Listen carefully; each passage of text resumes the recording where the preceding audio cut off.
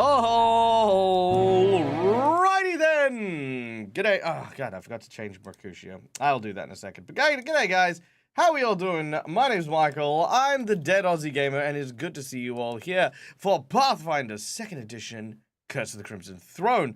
For those of you who don't know what we're doing, we are playing a TTRPG, a tabletop role-playing game in which our heroes take on the role of characters that are the main protagonists of an adventure, while I take on the role of pretty much the world and all of their interactions there within.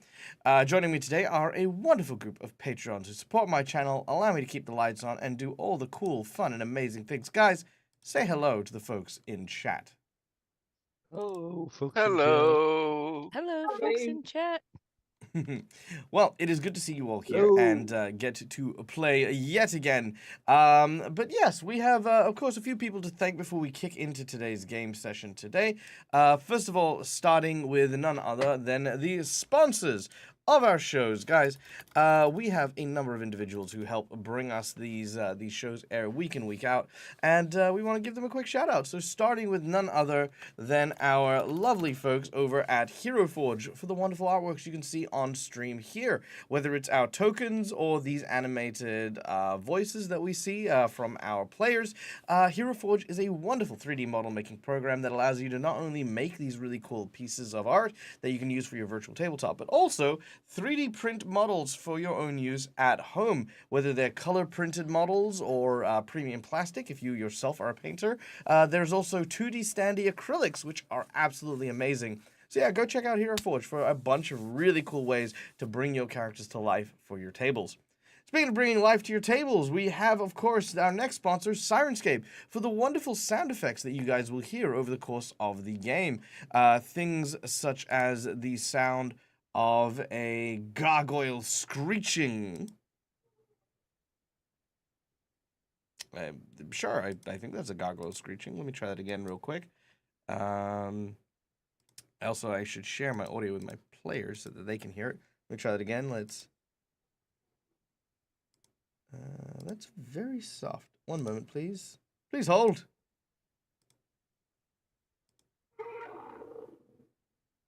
So why is that playing through the wrong speaker?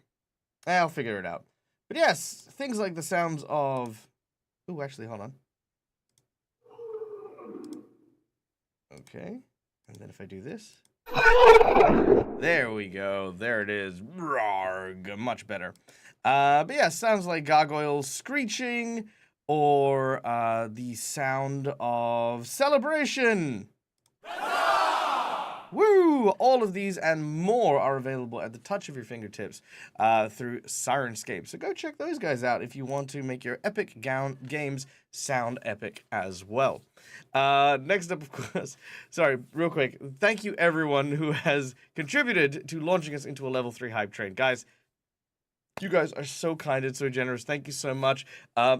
McClover and Adam for the bits, you bloody legends, you. Laura for the resubscription, Twiff for the resubscription, Schoolie for gifting out the community subs, Mally for the resubscription.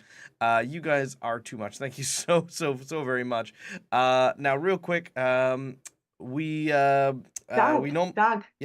Yeah, next month is your 5 years on Twitch. Just is it? if you want to do something. Yeah. Yeah. I've just hit 59. I've just hit 59 months subscription. So next month is 5 years. Oh, Jesus, I'm old. I've been doing this for too long. I remember when Bezos had hair. No, anyway. Pixie, thank you so much. So as always, with the level of hype train, we are going to offer something to our lovely players. So here's what we're going to do.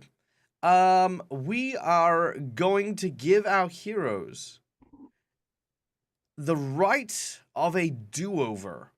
Now, what does this mean? Our heroes are about to embark on a quest to try and make friends with the Shoanti tribesmen, and they're going to be presented with a series of trials. Now, for every level of the hype train today, we'll provide our heroes with a effective do-over that they can use to re-roll a failed check. It's kind of like a hero point, but specifically geared for these trials and can be used by anyone anyone involved in that. So there's still about a little bit of time to donate if anyone wants to. But right now we've got so that's what we'll give everyone. Okay. Now, where were we at? Sponsors, yes. Our last sponsor, of course, our VTT of choice, Fantasy Grounds, for the lovely artwork you could see on stream and all of the cool, wonderful, and amazing things that you could see, such as the maths that automatically rolls and does all the cool stuff for me, so I don't have to. This and much, much more make it, of course, the VTT of my choosing. I am very, very happy, as always, to get to be able to focus more on my game and my roleplay, and Fantasy Grounds absolutely helps me do this. Oh man, I don't know what it is about the dice roll thing. I need to go over and maybe check what's happening with it. But yes, I will fix that in a moment. I think it's just misbehaving is all. Misbehaving dice roller. All right. Now, before we begin, and while I fiddle around with this, let's now turn it over to our players to tell us a little bit about their characters and what we're going to be expecting today. Let's start with Padrig, played by our wonderful Twiff. Hey, I am playing Padrig, who is a spell shot gunslinger. The abridged version of the backstory: went to school to be a wizard, got kicked out, got disowned when he was framed for murder by Gadrin Land, killed Gadrin Lamb, fixed all that, channeled his magical abilities into his guns instead of actual magic, although he knows a little. And now we have saved the city from the plague.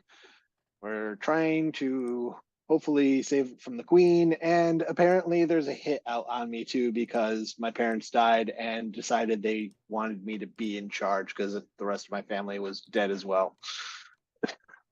There we go. Beautiful, I love it. All right. Next up, we have playing the role of Holly and being devoured by a dog. We have our dear friend Malakisa. So I had to put the dog on camera. He is very, very spicy. So I play Holly. Holly is a fairy noble, and as nobles do, she was supposed to get married and decided that she would rather go off and have adventures like the books that she read. So she and her husky Penny took off for Korvosa, and she wound up realizing that it's very different than it was in the stories, and she's getting used to that. In the process of trying to save the lives of some orphans, she wound up selling her soul to Asmodeus. So she is now a cleric of Asmodeus and trying to navigate what that means and how to handle it. All right. Absolutely beautiful. Next up, of course, playing the role of our investigator Quinn is none other than the one and only Aya Janasi. Hello, everyone. As Michael said, I'm Aya Janasi playing Quinn. Quinn is an investigator by trade as well as by class. She's a native to the city of Korvosa. She met this party while trekking down Gadrin Lamb, and ever since then, it's like peeling the layers of an onion. One thing leads to another, and now we're up against an evil queen. Indeed you are. Next on our list is our Kitsune druid Dante, played by the incredible Rykon, who may or may not be here. He's got a lot of stuff happening in the background and can't talk. Very well. In which case, Rykon is, of course, a druid who resides from the outskirts of the city that everyone else has come from, and is currently on a quest to try and uncover and unearth the drug ring which took the life of his dear friend. However, since traveling into the wilderness, it has been Dante who has taken the lead on being the reliable source of tracking and navigating through the vast countrysides of the Varisian landscape to have now brought them up the Storval Plateau on to the Cinderlands and towards the tribes that they are now engaging with. Next up, we have Agnes, our psychic Varisian woman, played by our dear friend Laura Bones. Good evening. Yes, Agnes. She is a psychic. And left the city. Back out traveling again, which she hasn't done in about 20 years. And it's still just as dangerous as she remembered it being. She wishes it was at home. with a cup of tea and her slippers. Very good. And last but certainly not least, playing the role of Mercutio, the champion, is our dear friend Marcus, the GM. Yes, hello. I'm playing Marcus. Lot of stuff happening for Merc. He's not in a good way, but he's trying his best. Indeed, indeed. All right. Now, before we begin, we have one last thing to announce and one last group of people to thank, and that is, of course, you guys. First of all, guys, thank you so much for being here and giving us your time and attention. It means a lot, whether or not you're lurking and earning those channel points, whether or not you are donating bits or donating to the stream. Guys, every single one of you, it makes me feel so good to have you guys here and to be a part of the show. So we invite you to come on behind the GM screen in order to play around with us and have a way to influence the game as we are embarking on this quest. Firstly, just by watching, you earn channel points. Those of you who follow and subscribe earn channel points a little quicker. Speaking of followers, also a big welcome to first-time chatter Majestic Wolf. You bloody legend, you. Good on you. Welcome in. I see you are a fan of Careful Cantrip. A man of culture, I can see. Or a woman of culture, I don't know. I don't assume. But yes, those channel points can be used to influence the game through things like inspiration, insight bonuses, tarot readings, and a bunch of cool, fun little things that are there. Even the divine interventions and stuff, which come from time to time. And, yep, are the bane of my existence. But they're there. Then, of course, if you want to, however, there are a number of ways that you can influence the game through monetary donations, all of which go towards my trip to Gen Con this year. We are at 76%, which is freaking amazing. So thank you so much already for everything that's happened. But yes, for $5, you can donate to our players, one of these little red marks, or one of these little purple marks to me. These are hero points and jinx points. Hero points can be used by my players to stave off death, petition the GM for nonsense that isn't in the rules, or roll with advantage. They can also be, or roll with advantage. Jinx points can be used to counteract hero points, make my villains roll with advantage, or complicate matters, depending on how that particularly goes. For $10, I will draw from a deck of a deck of your choice. Either a heroic action deck, where you can give a player of your choice a special, unique heroic action from the deck, or a plot twist, which we will draw from the plot twist deck that'll be implemented to the game. You'll get a choice of 3 that are drawn from the deck, and yeah, it just goes in and it happens. That's how it works. For $20, you can give someone one of the coveted golden natural 20s, because why roll a natural 20 when you can just have one? And everyone except Dante, Merc, and me have a natural 20, so there you go. For $50, you can increase the difficulty of a challenge, making a encounter more difficult, substantially more difficult. Or you can provide a magic item to a player of your choice. This can be a homebrew item, an item that I decide, an item the player of your choice decides. Could be anything, it depends on what you feel like. Then, of course, lastly, for the big old $100 secret menu item. Now, this item is a unique item that changes the scope of the game as we end up playing. For the $100 secret menu item. Now, Mercutio is going through some stuff at the moment, and during their time in Kayamaga, we learned a few things that had gone on. Who touched their camera? Sorry, that was me. It was you. It's okay. There you go. There you go. Okay, are you going to be off camera or on camera? I'm going to need to be off camera because the dogs are misbehaving and I need to pay attention to the dogs. You can pay attention to the dogs with the camera on. This is a friendly stream for animals. We love our fur babies. It is, but they keep biting me and they want me in the floor with them. You can go to the floor. You can go to the floor. It's fine. Cheer stream. Yes. Does anyone have a problem if Holly is wrestling dogs? No. Good. Excellent. Case solved. I'll tip extra for that. Yes. All right. Now, yes, the $100 secret menu item. I got distracted. Now, first of all, the $100 secret menu item is a freaking massive thing. It's one of those like insane, mind-blowing things that honestly help sustain the channel in such a meaningful way that we always make sure that it is something big, something incredible. So in this particular instance, we have touched very, very briefly on Agnes's connections to the Varisian people. Now, the Shoanti and the Varisians have a very, very, very close tie. So for the $100 secret menu item, I'm going to allow whoever donates this to design a Shoanti NPC who has a history with our character Agnes. You, however, will also get to decide what that history is.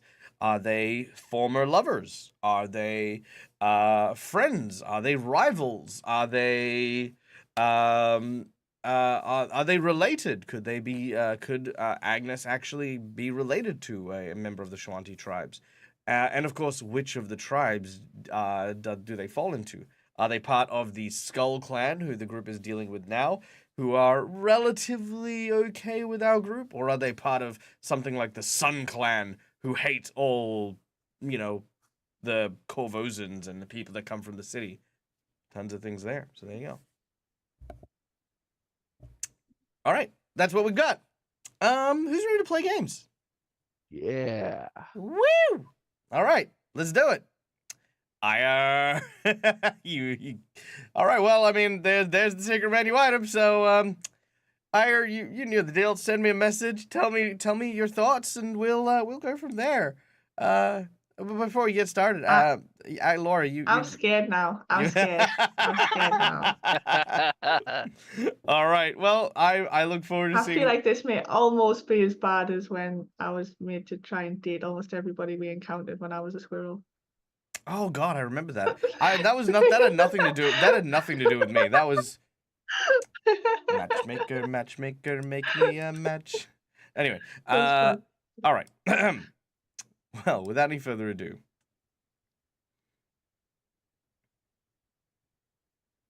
hopefully this.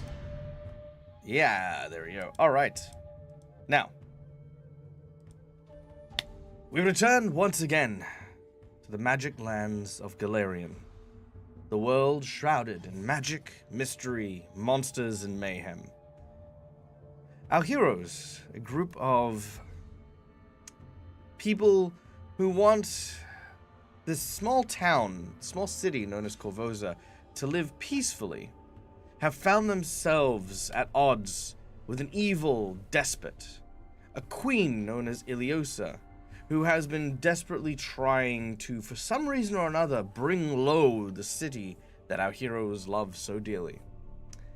It was learnt that an evil known as Kazavron, a dragon long since slain, but whose evil spirit still inhabits the city, has corrupted Queen Iliosa's thoughts and has turned her to a path of destruction. With little help and with her power continuing to grow, our heroes needed to find out some information about how to fight back against the evil magics that the Queen now wields. Being given information from Neolandus, the former seneschal of the castle at Korvosa, our heroes were told that if they journey into the Cinderlands and speak with the Shoanti tribesmen, who had once fought this ancient evil, they may find the tool necessary to defeat this foe before it gets too powerful. It has been a few weeks, and our heroes have journeyed across the landscape, facing many dangers, encountering many friends and foe alike, and after having left the city of Kayamaga, made their way finally to the Cinderlands. After having found a desecrated body of a Shoanti warrior and taking it to return to the Skull Clan, our heroes have begun their first interactions with this tribe of noble warriors. Presenting them with the head that they had found, they claimed that it was taken by someone known as the Cinderlander, an evil person who has been hunting the Shoanti, and accusations were made that perhaps these group of Shavok none other than the killers themselves, finally been caught and confronted red-handed. But thanks to an old friend, our heroes' identities were cleared up. This was with none other than Thousand Bones, an old Shoanti shaman who our heroes had met and whose grandson they had managed to reassemble after he had been killed and chopped up by an evil necromancer.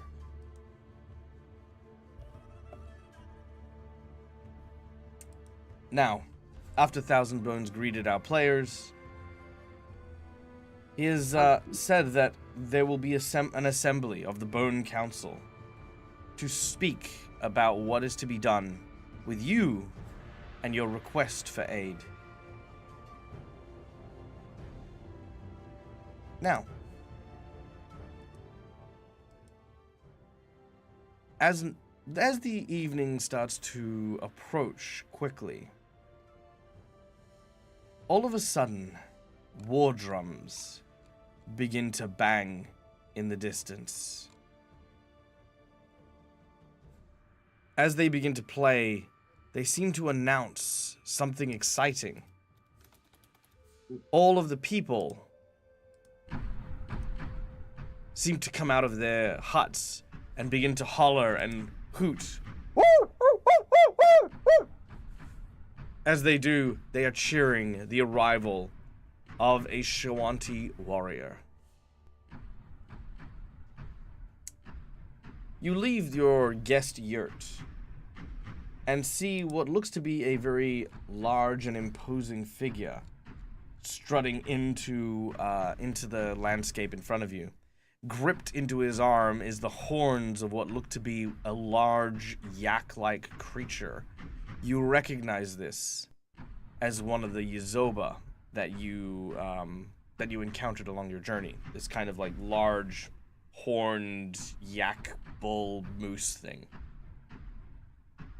Now, for you guys, this thing's about the size of a camel. It's freaking massive. And this dude is about as large as you can imagine a person to be, dragging the creature behind. This is who you see.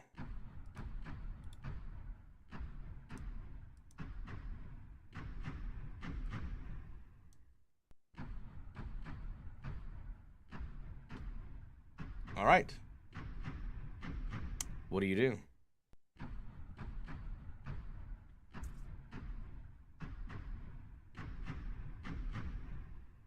So they're just greeting him in. Yeah, he's receiving a hero's welcome.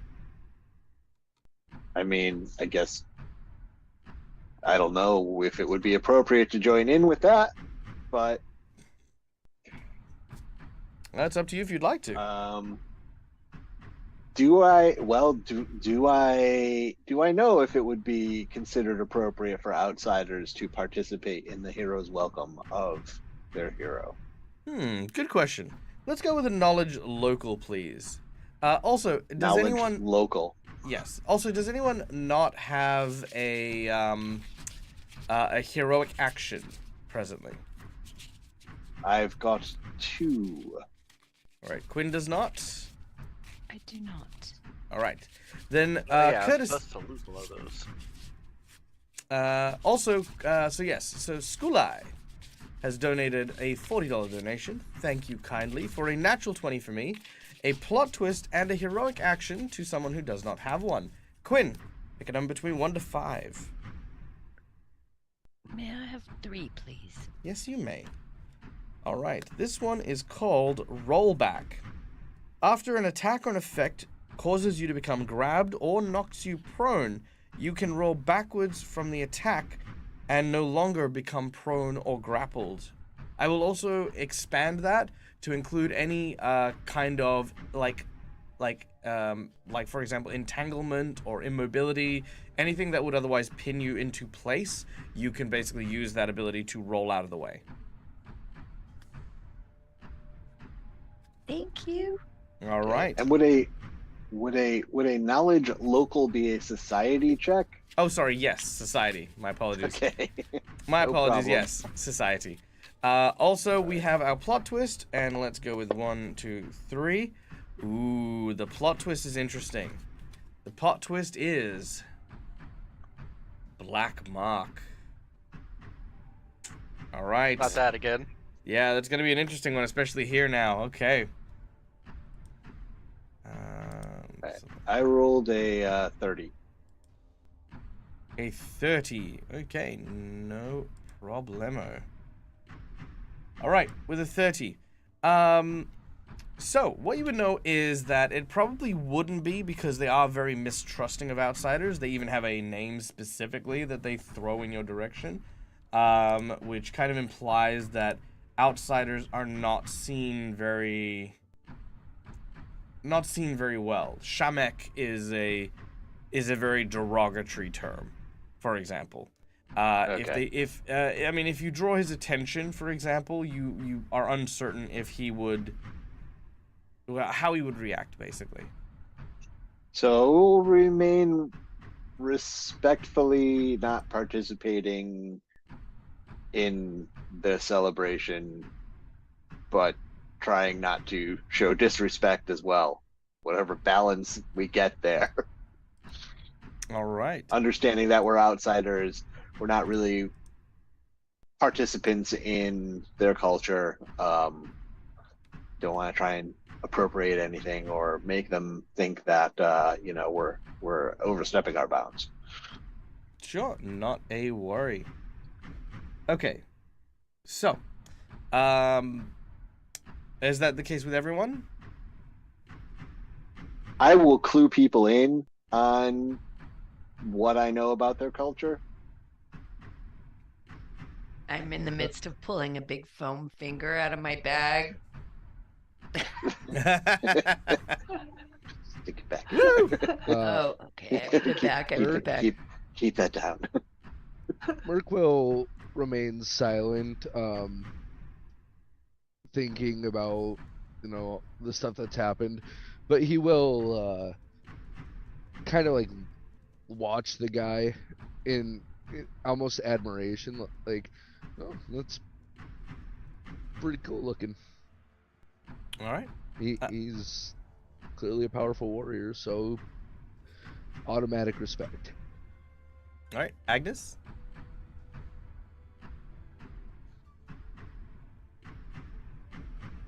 Yeah, Agnes will just like watch the goings on. She might have seen something similar to this before. She's passed through the tribes. So yeah, she'll just. Oh yeah, for kind of sure. watch. Generally speaking, this would either be the chieftain's son, the chieftain themselves, or the hunt master. All three are different roles, but all claim great respect. Okay. So, as this individual strides in forward, the chieftain steps out. This is Chief One Life.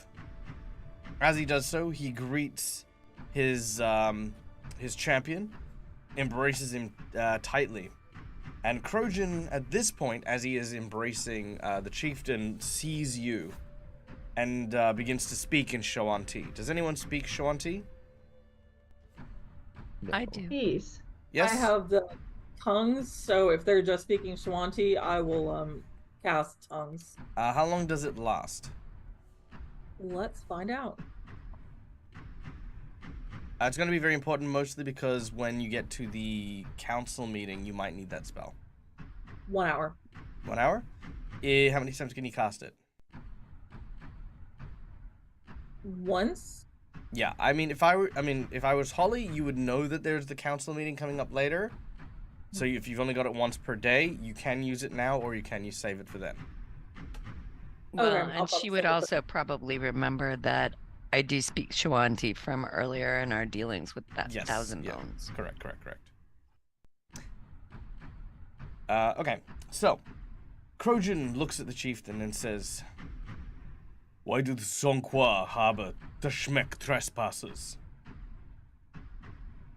Chief One Life begins to try and struggle to find a explanation. that won't further enrage the figure that is now staring deeply at you. Thousand Bones, however, approaches, inclining his head. Though he considers Krojan's words carefully, he responds sharply. Thousand Bones, of course, being, to remind everyone, our ally from the Skull Clan. Let's see, Thousand Bones, let's see, there we go. Actually, I wonder if there's...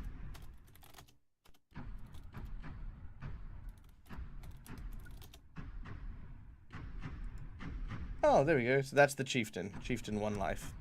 I didn't know if I had a portrait of him. There we go. Okay. Now they're all there. Okay. So, Thousand Bones begins to speak.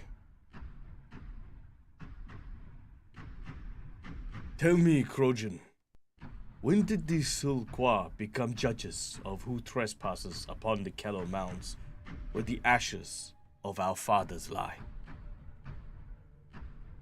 Your words change the question, Thousand Bones, answers the Shoanti hero with a snort.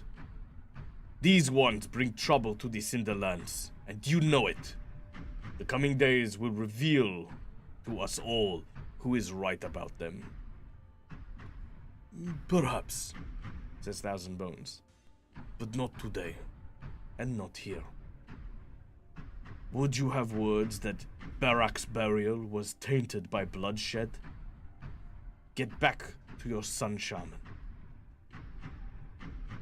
Sorry, let me try that again. But not today, and not here. Would you have that Barak's burial were tainted by bloodshed? Get back to your sun shaman? Krojan pauses.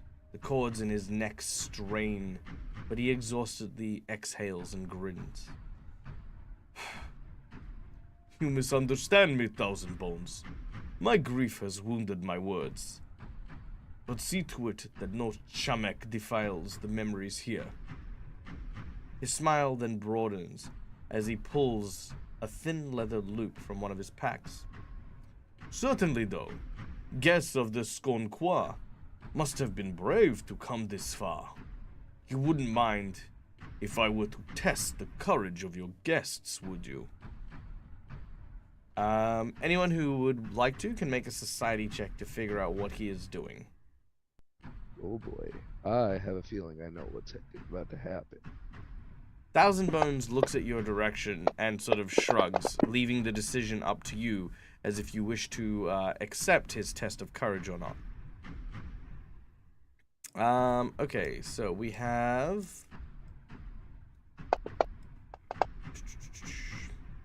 That's nice. All right. That is pretty much everyone, actually. Yep, pretty much everyone. Okay, so you guys know what this is. There's an ancient Shoanti game known as Shredna. It involves, it kind of almost like an intimidation off, where you tie loops around your necks and place your foreheads close to one another, like pretty much touching, and you eyeball and stare each other down. Basically, you're both trying to hold your position and pose while, like, sort of on the ground, and the first person to bow their head loses as the loop goes over their head. It puts a lot of strain and pressure on your neck and on your forehead, and makes it very difficult to breathe. But, of course, it is a test of courage and strength. Merc would not be perfect for this, although he's got a high intimidation. You don't have to breathe. Well, that, and it would kind of require me to take my helmet off.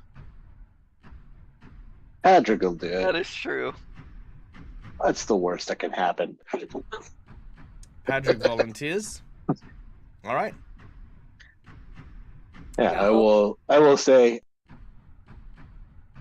we will happily submit and partake any test of our courage and will that you wish to administer.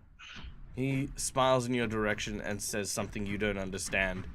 Quinn and Agnes. I'm going to type it in chat. I'm going to ask that Patrick not have a look, and I just want to see the reaction of the two people who understand.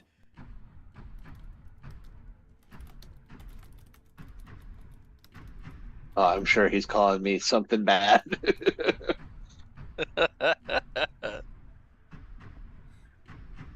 Agnes giggles. All right. Excellent. That is what happens. All right.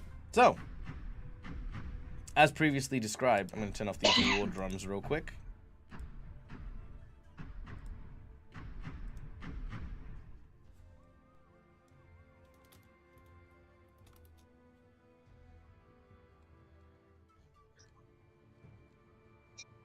Okay. Let's just get this going here.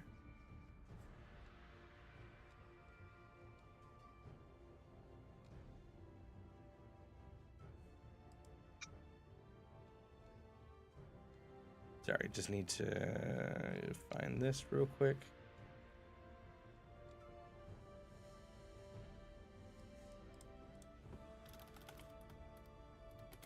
There we go.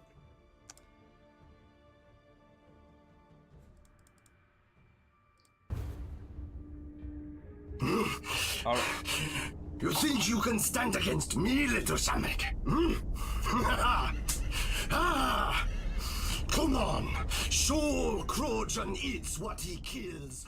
How strong a There he goes.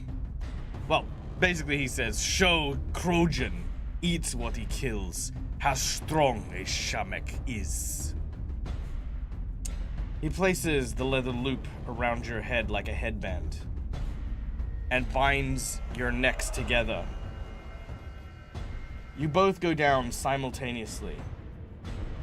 Now, 3 breaths is how long you staring at each other. The 4th round is pretty much like kind of one of those like most intense rounds, and the further it goes, the more this tug of war almost starts to press and play against you. So, round 1, intimidation. Can I get you to make an intimidation check against Krojan?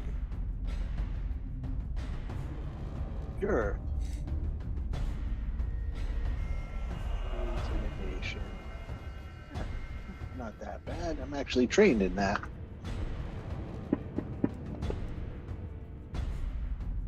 $28. Ooh, very nice. Okay, that is a sizable intimidation. Oh, evenly matched as you and Krojan are tied for the first round. All right, no one's giving way.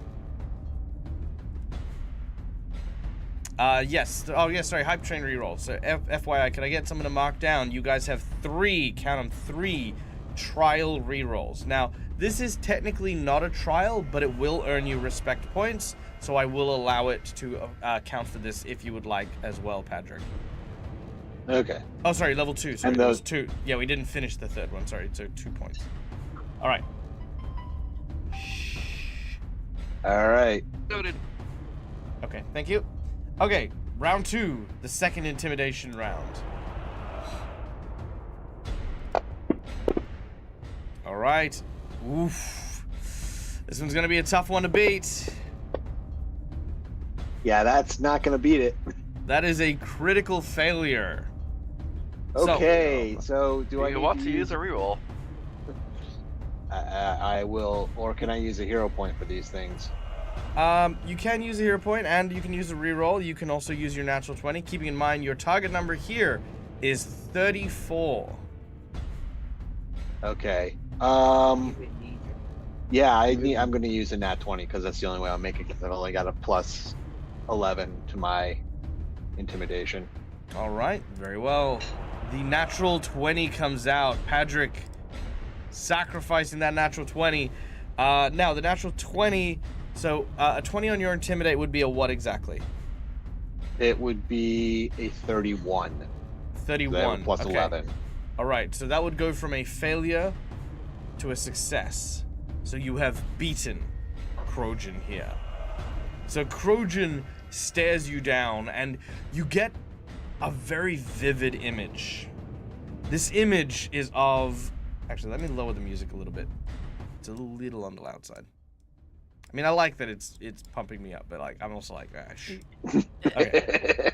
Hard to explain things. Yeah. As he is looming,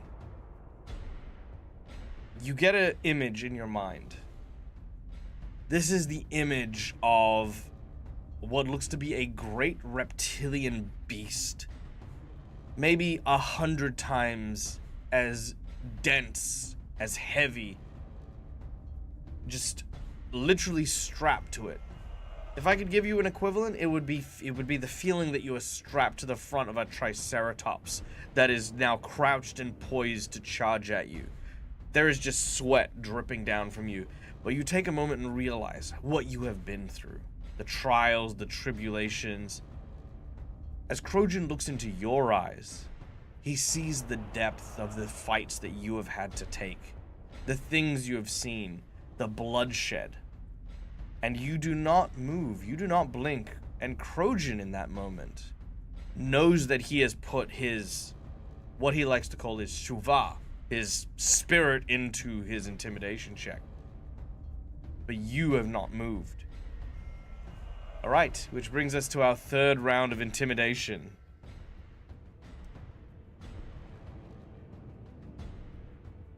Alright.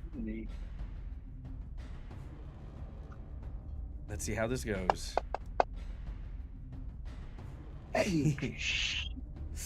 Ooh, okay, a 14. Like, unless he like rolls a nat 1, I don't think you can. No, that's true. I'm gonna Alright. hero point that and try and re-roll that. Alright, hero point coming out. 2 3s in a row. That's just awful. Ooh. That was worse. Ouch. That is unfortunate. Now, keeping in mind, a hero point is to roll with advantage, so you do not Yes, have I the, know. You do not have the critical fumble, thankfully, but unfortunately well, you do still have a critical fumble because you are 10 less than the score you needed to beat. So, Do you want one of the rerolls from the thing, or do we want to save them? there are 2 general rerolls, but again, this is entirely up to you. Yeah, And this it's is not up to the party. and sorry to clarify, like failing here is not the end of the game either. Right. This is just me, some guy, showing off. Yeah, this is the Can I give preamble. him an intimidating glare from the sidelines? Oh, he can't. He can't see you.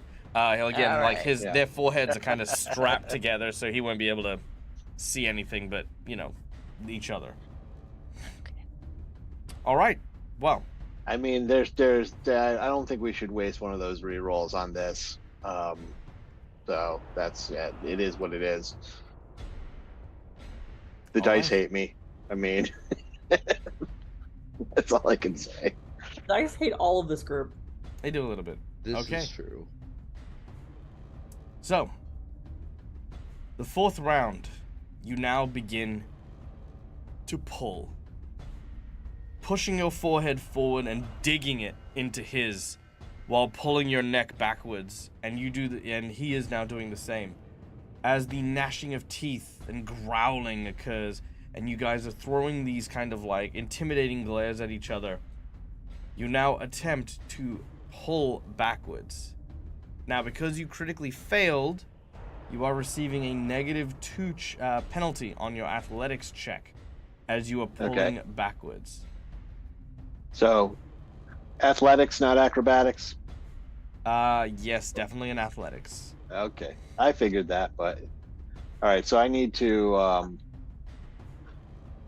type -2 in the modifier, right? Correct. -2. All right. All right, and it is first to basically win 3 times. It's kind of like a back and forth. It's literally a tug of war. All right, Okay, so it's a 24. 24. And is that -2 permanent, or is that just for this one? Then Or minus depends. 2. Yeah, Yeah. just it depends on how it goes. If he, pretty much it is until you win one. Okay. Okay. Bear with me for a second.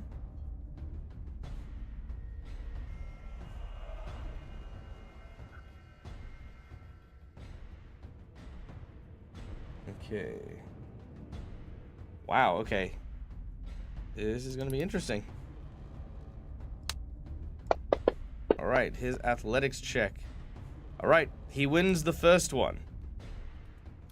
As he is pulling backwards.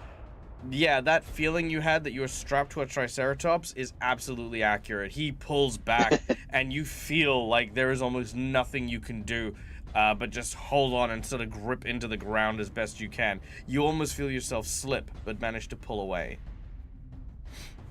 All right. Alright. Second round. So, still a minus 2. Still a minus 2. Oh, he gets a natural 1.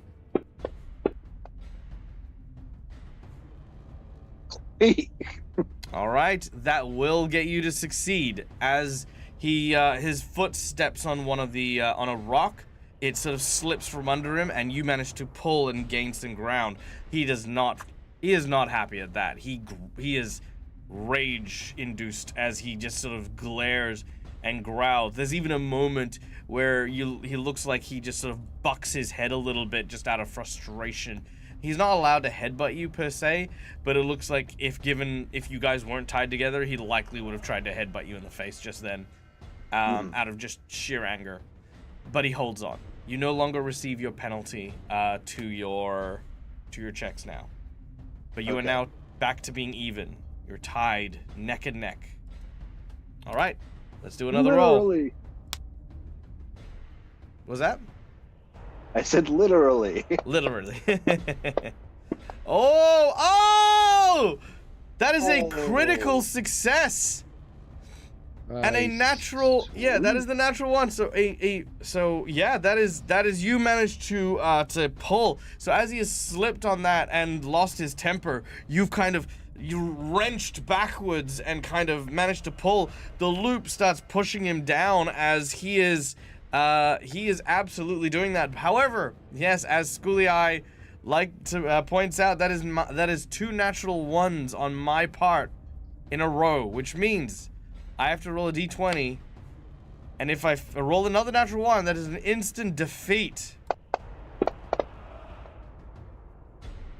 All right, here we go.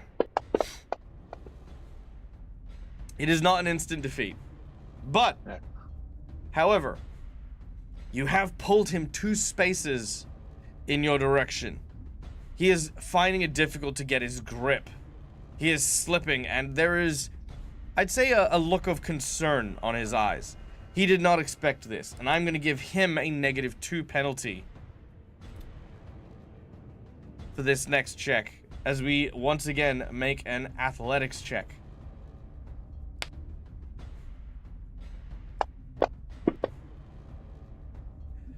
What the fuck? I mean, Dad, you do have jinx points. I do, but you know, the dice are telling a story here. The odds and audacity of fucking Fantasy Grounds right now. I'm here for it. I love Fantasy Grounds. What the fuck? Okay, sure. So somehow, Padrig, your intensity does not stop. Your intensity keeps, and as you do, his head goes down, strained too far, and he hits the dirt. Padrig is the very definition of that wiry strength, right? Yeah. But here's the crazy thing.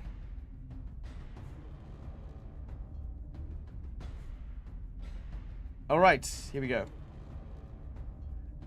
As Krojan falls into the dirt, he rips the leather band off and slams it into the ground, roaring into the sky in a bellow of rage that echoes across the stones nearby.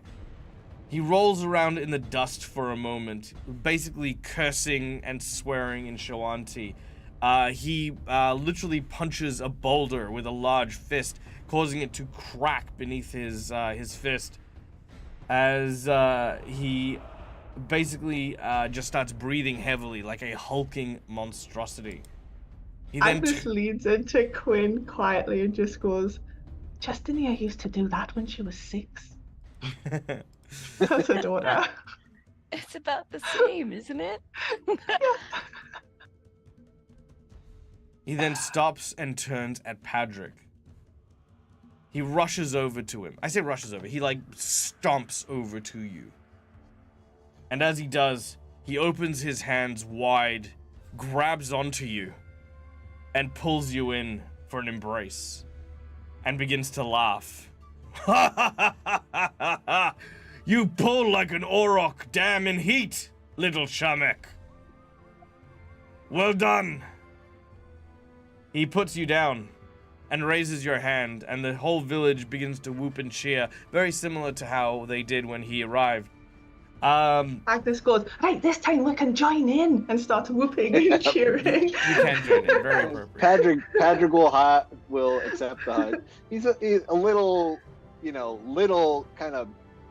He's 6'4", so he's like little. Okay, well, I'm skinny. Oh yeah. I'm sure he's still bigger than I am because he looks like someone who's like nearly 7 feet tall. Oh yeah, this dude's huge. But as he oh sorry, actually real quick, sorry, before I forget, Lady Colleen, sorry, I know I kept meaning to say hello. Lady Colleen, I hope wherever you are and whatever you're doing, I hope you have a wonderful day. Thank you for joining us and thank you for lurking. Mwah. I miss your face. Okay. Because Lady Colleen is also one of our long-term fans and viewers, and I miss you. That's all. Okay. Where am I at? Yes. You have earned 3 respect points for having defeated Krojan Eats What He Kills in the game of Shamek. Sorry, not Shamek. Shrenda. And also keep track of where you gain and lose these as well, because not that it'll be important, but when we do the recap eventually, I'd love for us to be able to backtrack and be like, oh, we earned this. What was the guy called again then? 3 points his name was Krojan, Krojun. Although his full name is Krojan Eats What He Kills. That's his only right. All right. What he kills. Neck pull contest. All right. It's called Shredna. But anyway, Padrick, you return to your allies. You may talk and discuss things with them, matters with them, if you like.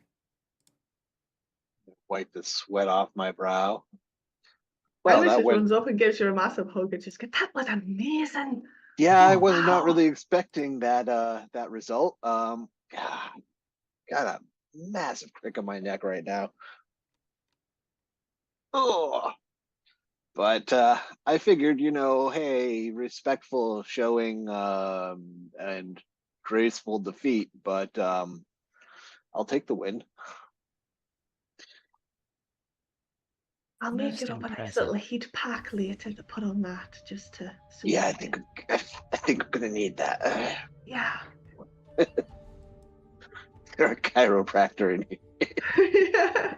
In the Skull Tribe. Need an adjustment.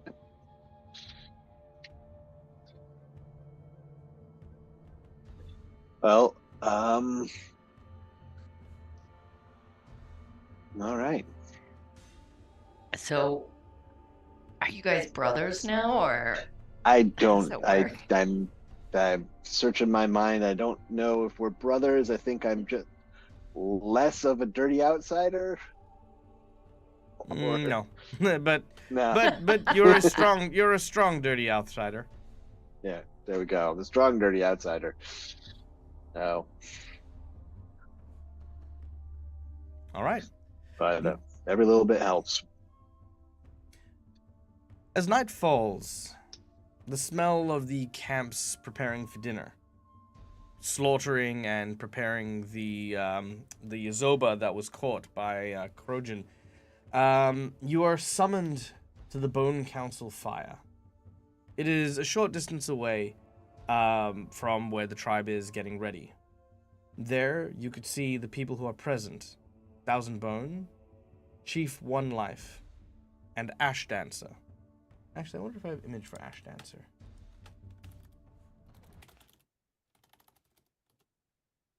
No, I do not. Okay. I will close these guys down. There we go. Okay. The 3 council members sit by a roaring fire. The first to speak is Thousand Bones, as Ash Dancer sprinkles the fire with a greenish-brown herbal dust from a weathered pouch. Fumes encapsulate any who remain by the fire, creating a slight blur of vision, but a feeling of ease. You kind of get a sense that this is kind of to help provide clarity to those who sit here. It is medicinal herbs. Don't think too much about it. Thousand Bones is the first to speak. You have already done my people a great favor by returning the body of one of our warriors. I sense now that you come to me to ask something in return. Yet, know that by asking for this, you are helping us all. The Sunqua are a peaceful people, yet we are also all but shunned by our kin. Our willingness to mix with Shamek shames many of my brothers and sisters in the other Quas. Only their respect for our tradition of guarding and protecting the dead of all Shoanti keeps them from open hostility against us. My words do not reach their ears when I warn them of Queen Iliosa and her rise in power. They hear tales of a city in flames and of its king dead of disease. Of its king of disease ravaging its people, and sees this as just punishment for a hated enemy. However, my people do not see that, and see a greater threat is growing within this turmoil. And now, you, of all people, come to me with concerns seeking the aid of mine. Speak of what you wish. Speak of what you wish of the Shoanti, and perhaps we may find that our needs may be one in the same. So the Skull Clan are the ones that once fought Casabron. All the Did you Shoanti say? were. Oh, the Shoanti. Okay. Yeah, I guess we'll just step forward and nod politely to whichever people look like they're of respectfulness within the whoever's gathered kind of thing, and just say, we seek advice and knowledge on an old enemy of the Shoanti people, the dragon Casabron. You watch as It seems he seeks re-entry back into this world. As you mention the name Casavron, all of them begin to look at each other, their eyebrows furrow in concern.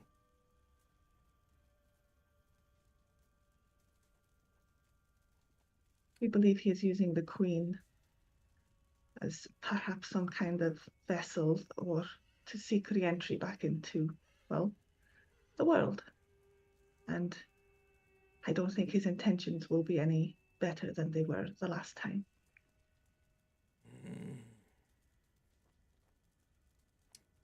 There's a few moments before the chieftain speaks. My people dwelt where your people live now. Not so long ago. We remained there for many, many generations. Across the centuries, my people have kept the law of our ancestors in mind, passing knowledge to the new generations with each coming season. Yet, when Sheliax came to us with war and drove us to the Cinderlands so many years ago, we fought and died. And many of those who died took this law to their graves. The name Midnight's Teeth. It is only a small recollection. But the name Kazavron is not entirely so. It is a name associated with a great and ancient evil. Many Shoanti believe to repeat such a name out loud is to preserve this evil. This, coupled with the deaths of so many lawkeepers, has sequestered the knowledge I suspect you seek in the minds of a rare few, the sun shamans of the Sklakwa. They alone preserve the history of the Shoanti time in the lands you now know as Korvosa. But they do not readily share this with Shamek, or even fellow Shoanti for that matter. At this point, Thousand Bones speaks up. Yet, if you were to build your names among my people, to earn proper respect, even the eldest of the Sun Shamans would agree to provide you with the knowledge you desire.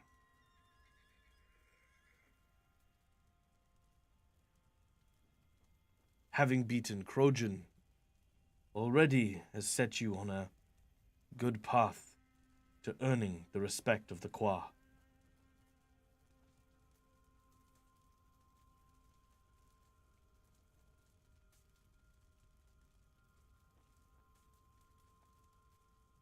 Well,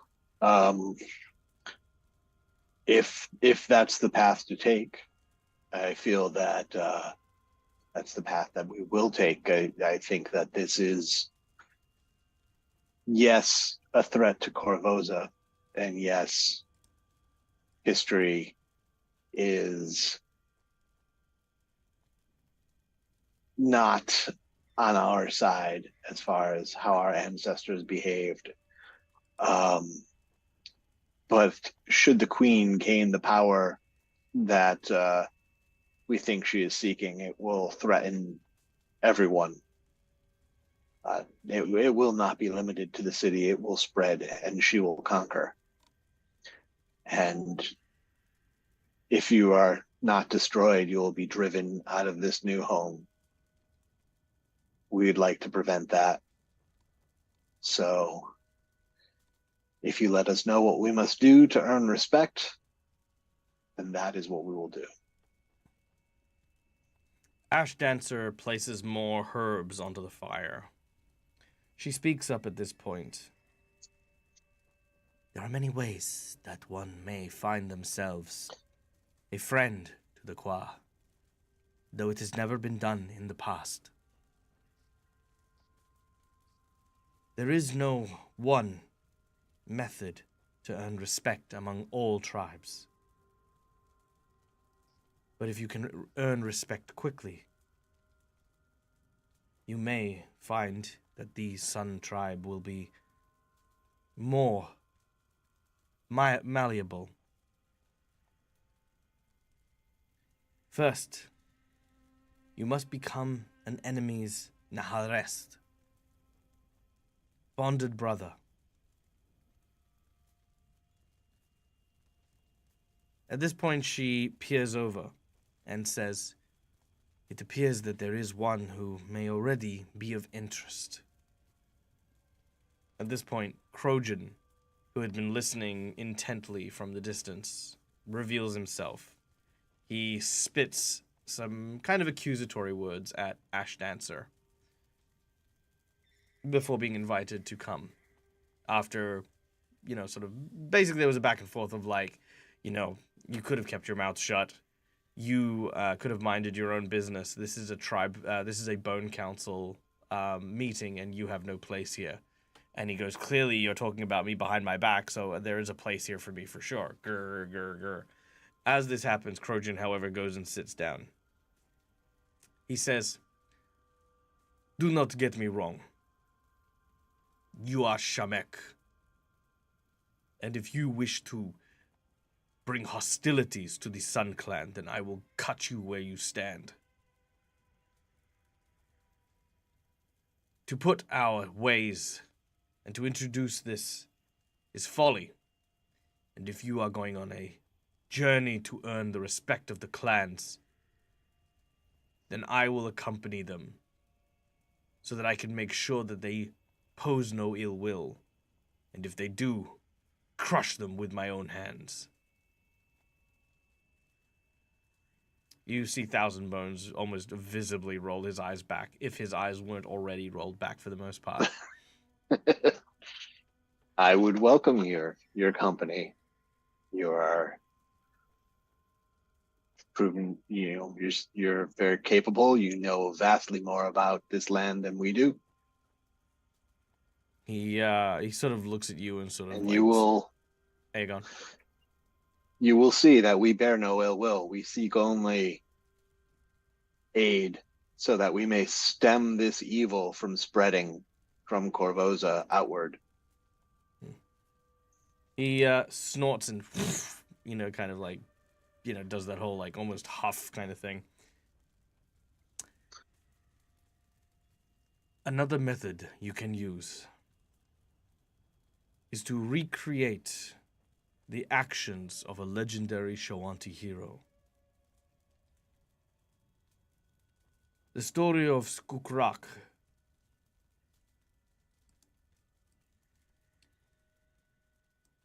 A long time ago, Skukrak, a great warrior and a great traitor once to the Sklakwa, slew his brother, a man of even greater courage.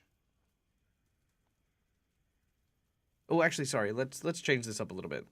It's not Thousand Bones telling you this story. It is Krojan. This is a story from his tribe.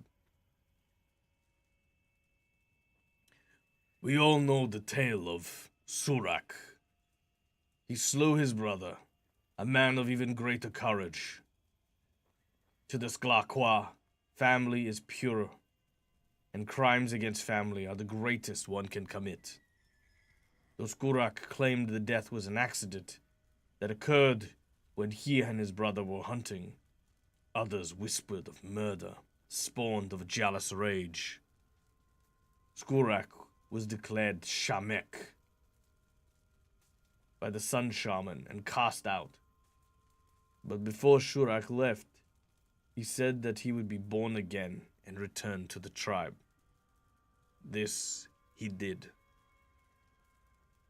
He went to the killing grounds of the great Cindermore, the clan eater.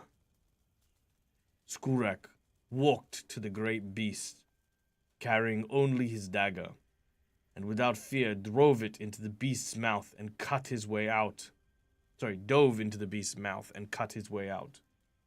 He returned to the clan and declared that he had been reborn and had left his misdeeds behind in the cleansing fire of Cindermore's belly. Legend says the Sun Shaman accepted this, and Shurak's time as a Shamek was spoken of no more.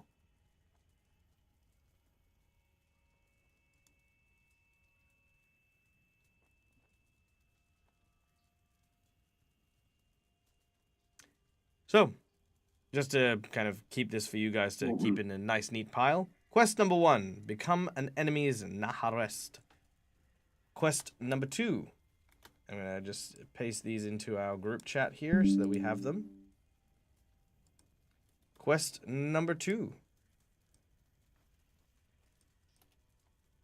Recreate the legendary hero's accomplishment. So we just have to kill that a beast, not, kill a brother and then... You will not kill Cindermore. He is as a god to us. You are to be... Sorry, that was in my head. I wasn't saying that right, no. loud. Well, yeah, okay, fair enough. In that case, Translate. but no, Okay. it seems as though he jumped into its gut and then cut his way out. He did not kill the creature. Okay. Yeah. Okay. He just cut his way out of its stomach, but it survived. Yeah. Because it's eternal. Next, All right. one life speaks. Another means for you to earn the respect of the tribe is to gain the endorsement of a truth speaker. Truth speakers in the tribes are born, not made. Some generations pass without Shoanti counting a true speaker among their names. They are one who has lived with many lives and have never lied, who achieves the gift of speaking only truth, spending decades self-controlled and focused on introspection. There is only one living truth speaker in the Cinderlands today, a man by the name of Akram, who lives among the Leirunqua, the Moon Clan. I do not know if Akram still lives, or whether they would be willing to endorse you. However, before you go to the Sklaqua and the Sun Shaman, if you were to arrive with a truth speaker by your side, the shaman would know that you are in earnest and true.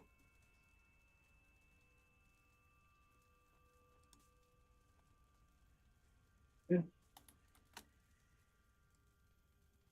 Quest number 3.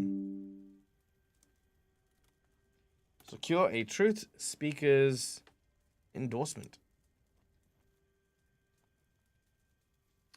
1,000 Bones is next to speak. There are lots of ways for you guys to earn respect. And how much respect do we need to earn? As much as you can get. Because these guys currently put you at like a -20 or some nonsense. Boy, I don't know howdy. Well, -17 now. Yeah, there you go. All right. Next up, 1,000 Bones says, in ancient times, a caste of spellcasters known as the Thrall Keeper. A caste of spellcasters the Shoanti remember as the Thrall Keeper kept them as slaves. The Thrall Keeper are now gone, but some of their buildings remain. One such building may be found in the Cinderlands, a dangerous acropolis many Shoanti voyage to seek out and earn the Thrall Keeper's mark as a way to prove their bravery. Some never return. Those who do earn the mark are known to be powerfully lucky, or both. Head to the Acropolis. But I would not ask you dare enter the ruins yourself. But if you can find a way to gain the mark, then you will prove yourself. Now, as a curious question, does anyone actually have a Thalassian rune or marking on their person anywhere? I don't know what that is. Excellent. Good. Then no. No. I don't know what that is, so I'm going to venture to say I do not. Very well. Seek the Thrall Keeper's mark is the next one. There we go. Boom. What was the name of that ghost killer? Not the killer of ghosts, the killer that was a ghost. Was supposed to be a ghost. The Skurak who slay the That left the Cinder- little that Cindermore. left the little no. When we came across the skull of that dude on the sticks. Oh, And the it was Cin- supposed to have been the- killed by some like the weird ghost Cinderlander. person. Mhm. Yeah, the Cinderlander.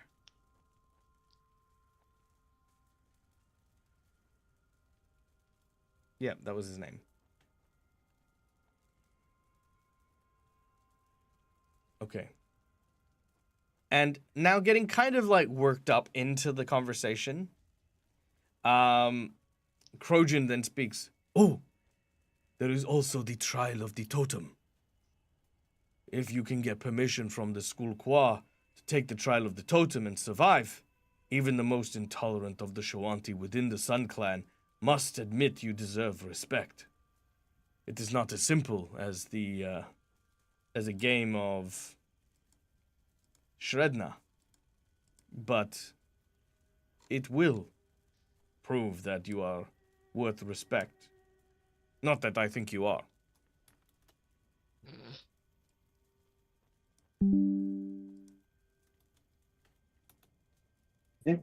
Trial totem. All right. And that is it. Those are your quests, various quests. Merc is definitely interested in the story of being reborn and cleansed of sin part. The Cindermore. He is very interested in that. Well, there it is, guys. Let's go feed Merc to the Cindermore and have him cut himself out. Holly won't be Yeah. eaten this time. It'll be Merc. Yep. Well, and it wouldn't be the first time we've been eaten by a legendary beast. It's true. This is true. So in his head, Patrick is thinking, okay, well, if Trojan's going to come with us and we do all this stuff and we're successful, that whole bonded brother thing, maybe that'll come naturally. We'll just, Trojan is not excited for this, but before he's able to say anything, Thousand Bones says, I am sorry, but Trojan will not be able to accompany you. And at the same time, Trojan says, you do not tell me what to do. I am not part of your squad. I'm not part of your qua. He does, however, say, I may not be, but I do know the Sun Shaman will not tolerate having you walking around with Shamek for as long without you potentially being at risk as well. After all, you are to be here to attend the burial of your clansmen, not gallivant around the Cinderlands with Shamek. He stands up to Thousand Bones and does that intimidating presence thing, but Thousand Bones sort of holds his ground. He says, fine, and storms off, having had his words and said his thing. Thousand Bones shakes his head and says, do not fret, though. I have no intention of sending you alone. He begins to make a whistle that almost sounds like, like kind of a bone flute. And from out of the shadows, what look to be 4 Skonqua bone slayers suddenly reveal themselves. They appear as archers, wearing kind of like skull face masks and the like. It is amazing how they simply blended into the shadows. Allow me to introduce to you Ahalak, Hagrev, Nalmid, and Shadfra. These are the Bone Slayers, and they will guide you through the Cinderlands, leading you to where you need to go, and witnessing your deeds, so that their words can spread to others. They greet you. One of them, Ahalak, says, it is our pleasure, and it was quite enjoyable seeing you put Trojan in the dirt. He bows and sort of has a soft smile to him. The others aren't quite so friendly, but, they also kind of show some respect. Ahalak, Hamrek, Nagev, and Shunkwa. Ahalak, Hagrev, Nalmid, and Shadfra. Okay, Nalmid and Shadfra. Okay. Thank you. I greet them each by name and Shoanti, and I thank them. They seem surprised that you can speak their language, because only Ahalak can speak common. They kind of it looks like they're about to sort of start gossiping and start talking. and smile and kind of remember their place in front of the Bone Council and kind of they hold themselves back a little bit. Thousand Bones, while you are talking to them, raises a bag and presents you with gifts of the following. I will copy and paste this for you guys. I wish that I could help more, but all I can offer are these meager supplies. There are 6 potions of Cure Serious Wounds, or Cure Wounds up to level 6, which he hands to you. A Wand of Create Water, a Wand of Endure Elements, 5 pots of Shoanti War Paints, red and silver, very important to note those ones. And he said, I gathered these, suspecting that one day you may need my help. What's the significance of the war paint, if I may ask? Before embarking in battle, all Shoanti tribesmen mark themselves. The red paint is representative of war, mostly used by the Axe clan. The silver paint is insight. The Hawk clan use it quite frequently as well.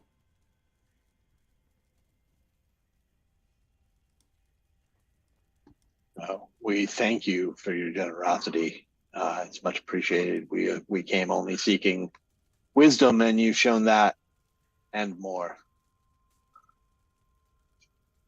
Of course. Hope to My grandson be able rests to now repay you with in the kind. ancestors thanks to you. It was the least I could do.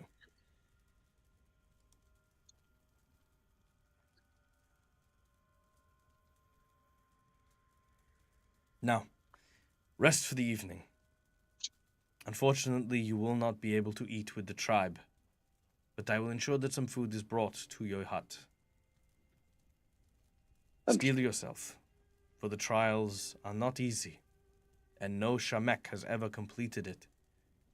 I wish you all luck on your journey.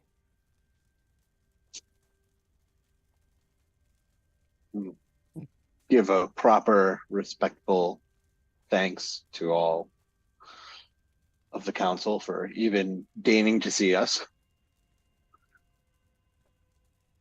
The one life says, "It is not that we trust you yet, but Thousand Bones is our shaman, and if he believes in you, then we will at the very least heed his counsel as we always have, and provide you with the same opportunity to prove yourself." Ash Dancer says, "Personally, I would see you fail. Shamek have been nothing but trouble to the clans. However," she says, looking over at Agnes, "there are some among you who have done right by the clans as well. And we would not be able to face our ancestors if we allowed the children of Desna to go without hope when they provided us with so much in the past." Agnes does like a bow or a nod or She bows as well. All right. At this point, you are sent off on your way. Apologies, that was a lot of exposition, but you guys now do have the evening to yourselves. All right. Agnes would like to speak to Mercutio if he is willing to let her pull him aside for a Of moment. course. Mercutio, I cannot help but notice that while you've been seeming a little more, shall we say, lost than usual, I can't help it. I pick up on these things. It comes with the whole psychic thing. But, and I heard you mention, it might have been a throwaway comment, but that, well, you weren't sure what the future held for you. I mean, fortune telling is my thing. If at any point in time, you would like me to give you a reading, perhaps, I don't know, someone would be willing to give a little bit of a guidance or perhaps a bit of hope. The offer's there, if you need it. Merc gives a nod. If I could smile right now, I would. I appreciate the offer, Agnes. I really do. I need time to think for myself at the moment. I learned some very troubling things, and I guess I just need to rediscover who I am. And to be honest, I think this Cindermaw thing might be the way to go.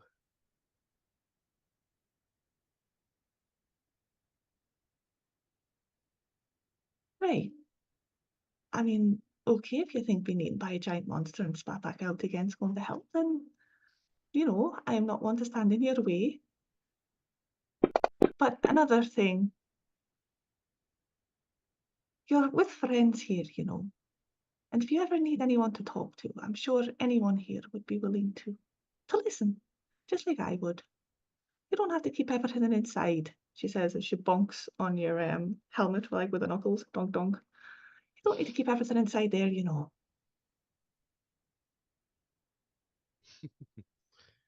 really are a mother to the group, aren't you? Aye, so it seems.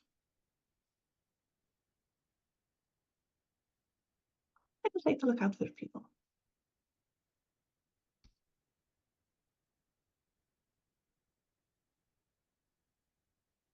You hear Quinn from inside the tent. I'm not willing to listen. Thank you, Quinn.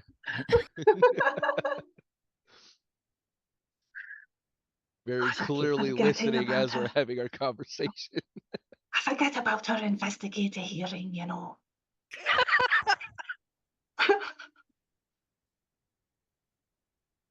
Padrick, meanwhile, is just tinkering with guns in the corner.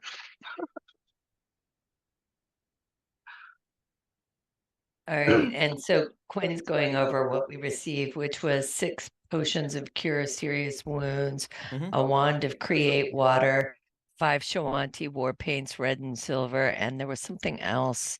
She's digging through her bag. What was that now? A wand of resist elements. Thank you. Endure elements. But yeah. Here it is. Yeah, that one. Bit of a difference between the two. Here it is.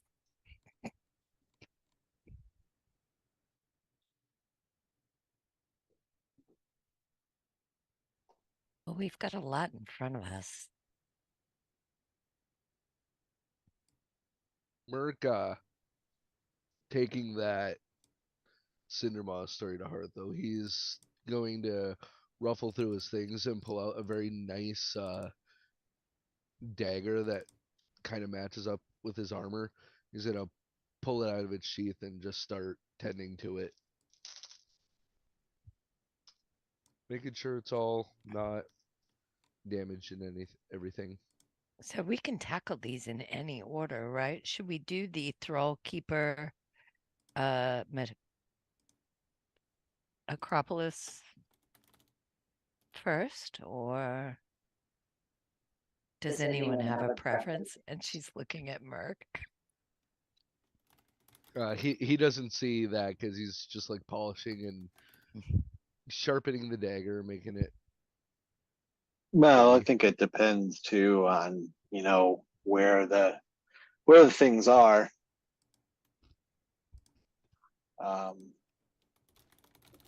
I'm kind of thinking the Thrall Keeper one first. Sounds good too.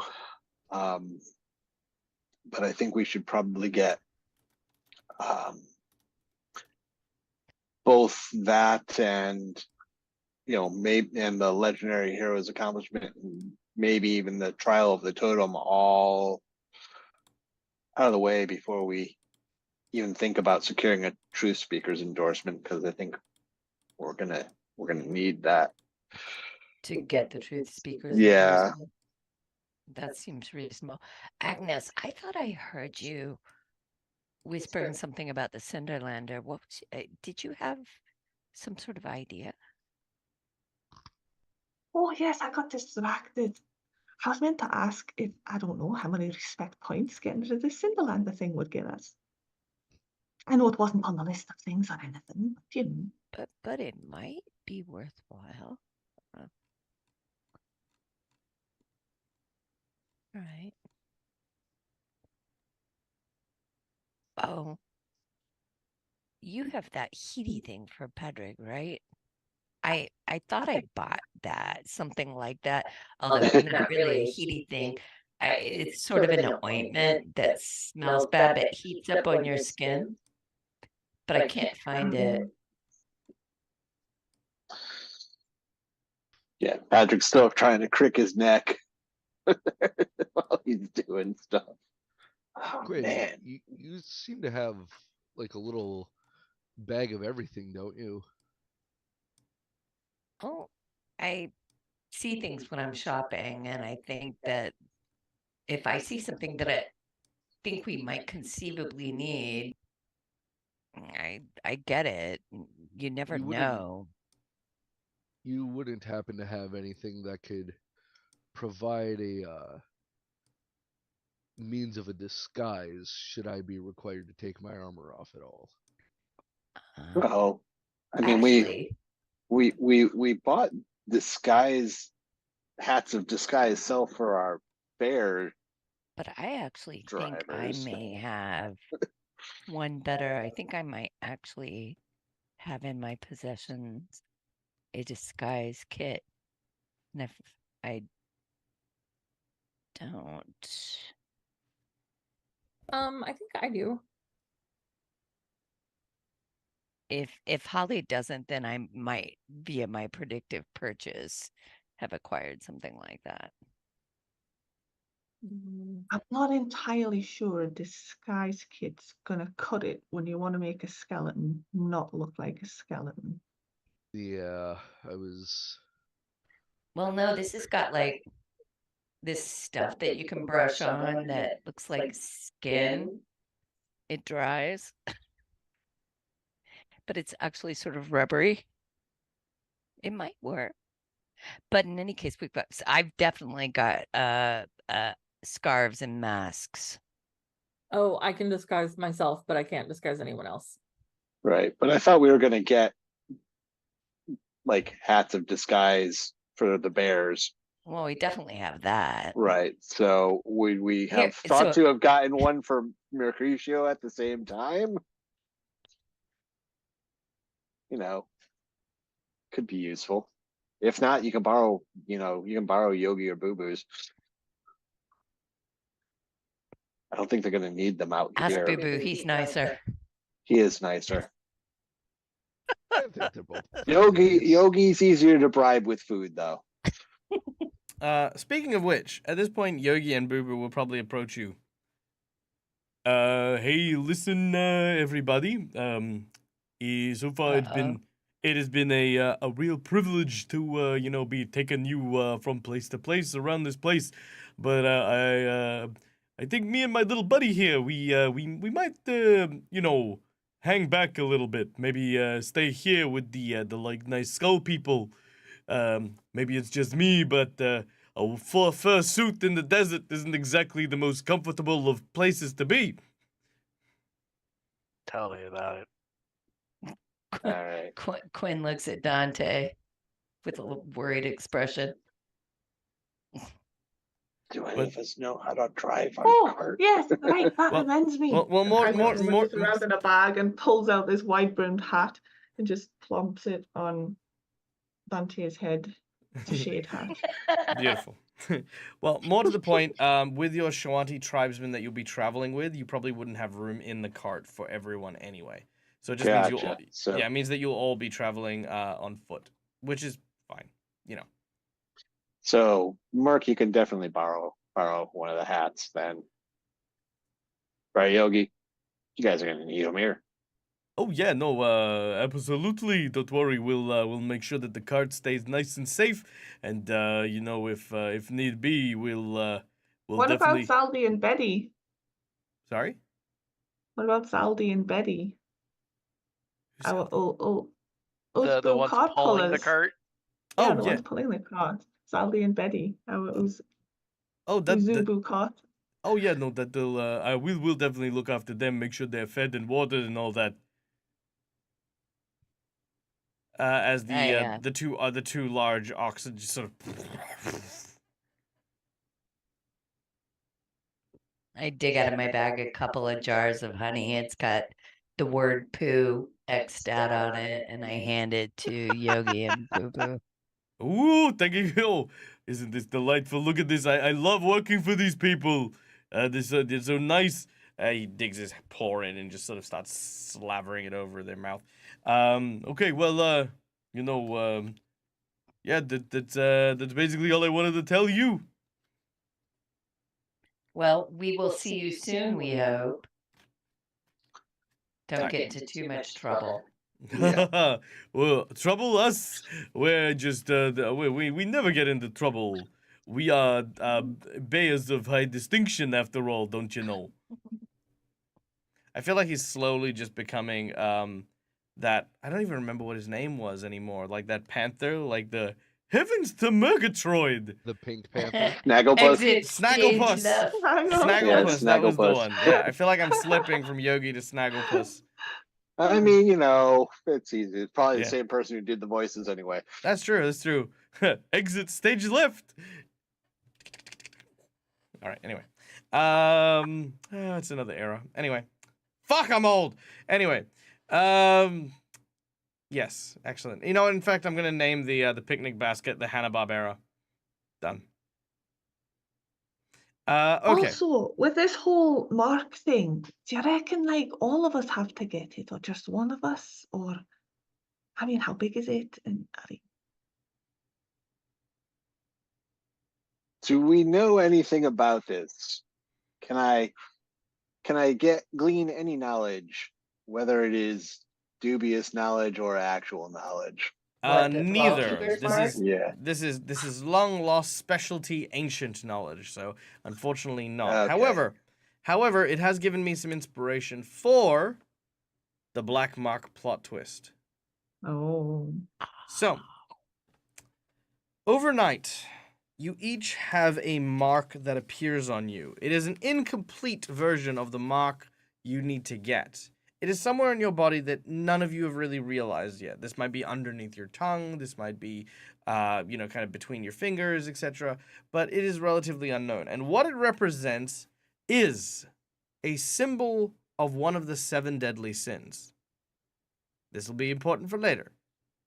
Now, I'm going to invite Thank you, my Holly. audience members to, basically, you guys will pitch what sin or sins you think you'll be. I'll make a commentary on it, and then the audience will decide yay or nay on whichever sin. So let's start with Mercutio. Mercutio, of the 7 deadly sins, which do you believe Mercutio would greatest represent? Oh, sorry, not represent, but like greatest be suffering from. Whew. I'd say envy or wrath. All right, I'd lean on envy for sure, because you want to be something that you're not. Absolutely. All right, audience members, do you agree with envy as Mercutio's sin? Let us know in chat. Agnes, what about you?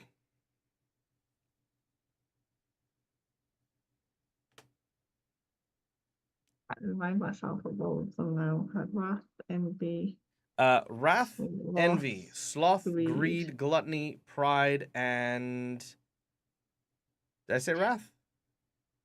Yes. Yeah. Lust as Sloth. well. That's the Lust. one. Yeah, lust. Lust, sloth, pride, gluttony, wrath, greed, And envy. Yeah. envy. There we go. Yeah. Okay, cool. It's lust. Fishman down. Yeah, she's that's left? the closest one I could. I can't think of like why she would be any of the others, really, to be fair. All right. I like the idea of Other than lust. perhaps pride. Yeah, either lust or pride, perhaps. Okay, lust or pride? Chat, what do you think? Lust or pride for Agnes? Pride because she's obviously got a mother's pride for sure, and I think And lust. also, I think because she's a Varisian, I think she might be thinking that, just in the situation that we're in, if you know what I mean. Yeah. Well, I Like- was also thinking about wanderlust as well. Like, you know what I mean? Like, Hmm. lusting for things more than sexual things as well is also a thing.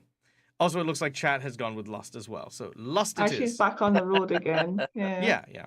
Yeah. Dante, what about yourself? I was thinking pride. Pride? Mm, Okay, I could see pride. Oh, but I don't know. I feel like I'm also gonna throw in sloth here as well. Not that I think that Dante's lazy, but Dante definitely pushes a lot of their own needs to the back and just kind of rides the wave of like what is happening around them. So I would say either pride, because obviously they are a proud druid Yeah. protecting the lands and stuff, or sloth, someone who is finding it difficult to sort of push and motivate forward. So pride or sloth? Let me know in chat what Dante's sin is. Quinn, what about you? Well, I would probably pick wrath, pride, or lust. Mhm. I don't think the other ones are necessarily good fits, but lust is out because Agnes has got it. Pride might end up with Dante. True. So I true. guess that I- leaves well, me I with mean, wrath. I mean, for me, I'd probably say that Wrath would be my suggestion for Quinn. She's got the lightning sword. She's been very fierce when it comes to protecting the city and the like. So I could believe that. And also, you don't also all have to have different ones as well. All right, we've got nothing back from Dante's one. Sloth, because Pride would more fit the others. Okay, that's a good one. That's a good one, Square. Good observation there. Yeah, so I'd probably say Quinn for Sloth.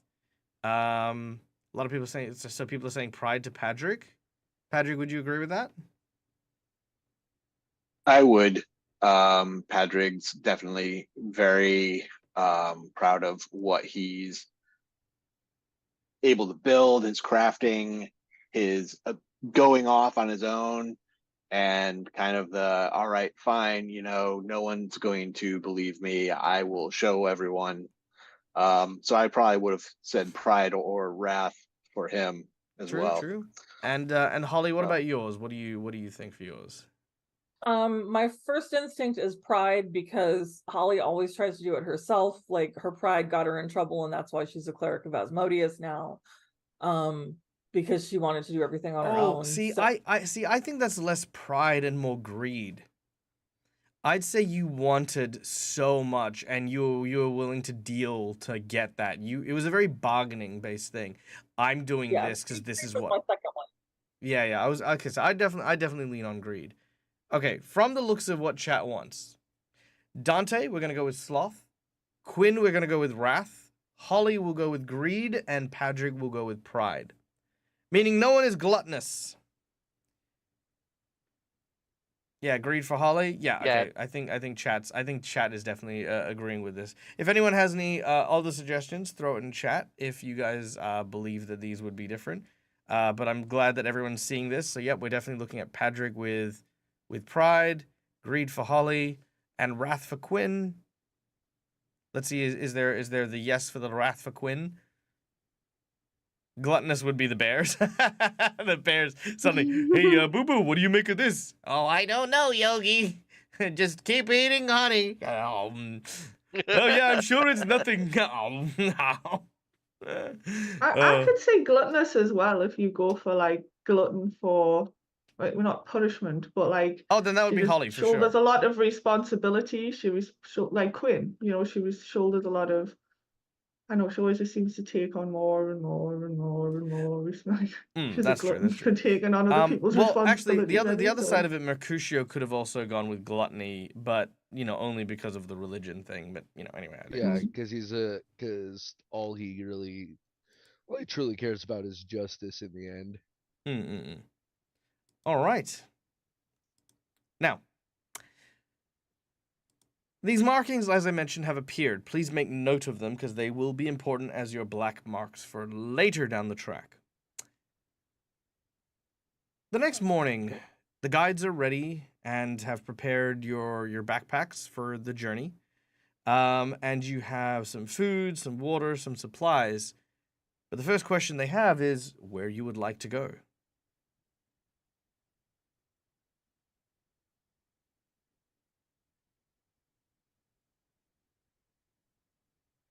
All right, where would we we're like to given go? Well, direction to this Acropolis. They know the direction to everywhere, so you would just need to tell them which of the trials you want to do, and they will take you there. I suppose I just want to go around to the various people who suggested the things. Would you mind marking it on my map? No. We do not give our You do it in sacred we do games, not right? give our sacred locations to Chamek.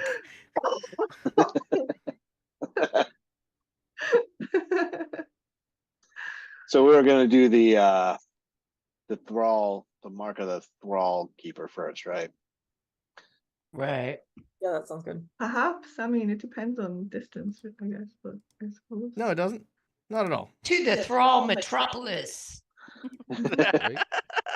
I mean, we've got experience with being eaten by things, so I mean. I mean, it it's looks gotta like be we're gonna walk in wind the up in a park, hole right? anyway. It's a map behind Jag and things to go by. All right. Shh, we don't know that. Nope, don't know that. Sorry, I'm metagaming. I'll stop. Oh, watch out for Shadow. Okay. The Atropolis of the Thrall Keeper sits in a raised area in the shadow of the Wyvern Mountains. They begin to take you in that direction, heading towards what looks to be a massive stone structure built along this ridgeline. The guides tell you that it is a place known as Jorgenfist, home of the Thrall Keeper's ancient libraries and ruins, but now currently being occupied by what looks to be a tribe of stone giants. That's not going to be where they're heading, but we will be entering into their territory. To take care and to look carefully as we are making our way towards the Acropolis. It is the better part of a few days' travel. And of course, the first day goes by pretty quickly. However, amidst the heat against the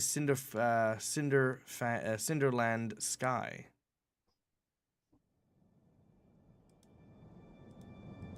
our heroes enter a wide clearing, sweat dripping down off your forehead.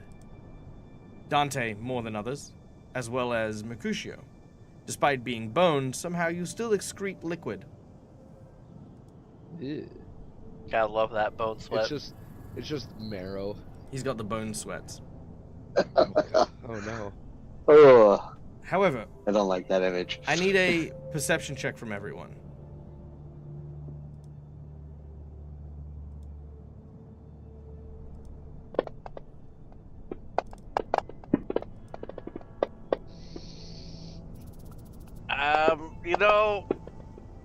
I'm Nat just- 20. All right. As you approach a gulch that leads ahead, the guides seem to slow and look around, as do the rest of you.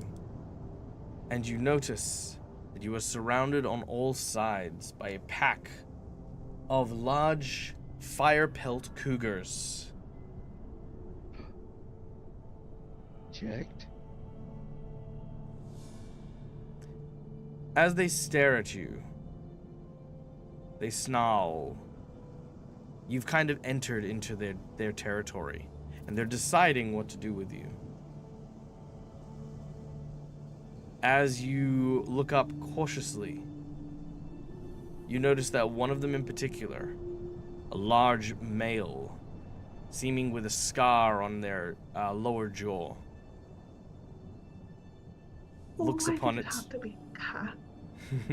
looks upon its prey.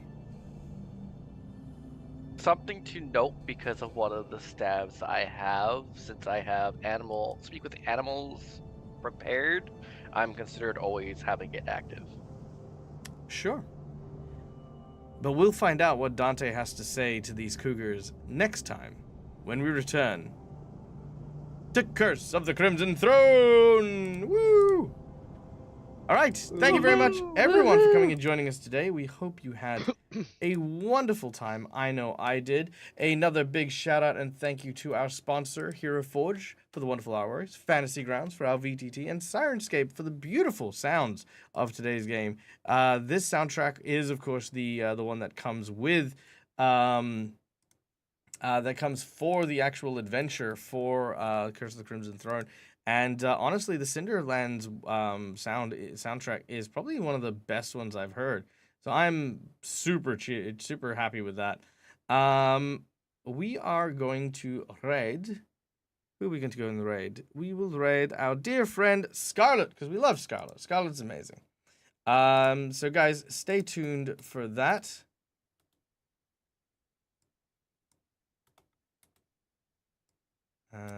Dun, dun, dun. There we go. As they're about to play their Out of the Abyss game on Twitch right now. So yeah, this has been a lot of fun. Thank you again to everyone who donated. Faulty! So good to see you, Faulty. I love your face. But that's okay. Hope you're doing well, wherever you are, whatever you have been doing. Also, a big shout out to a first-time chatter, Soulless9. Thank you for joining us, you bloody legend, you.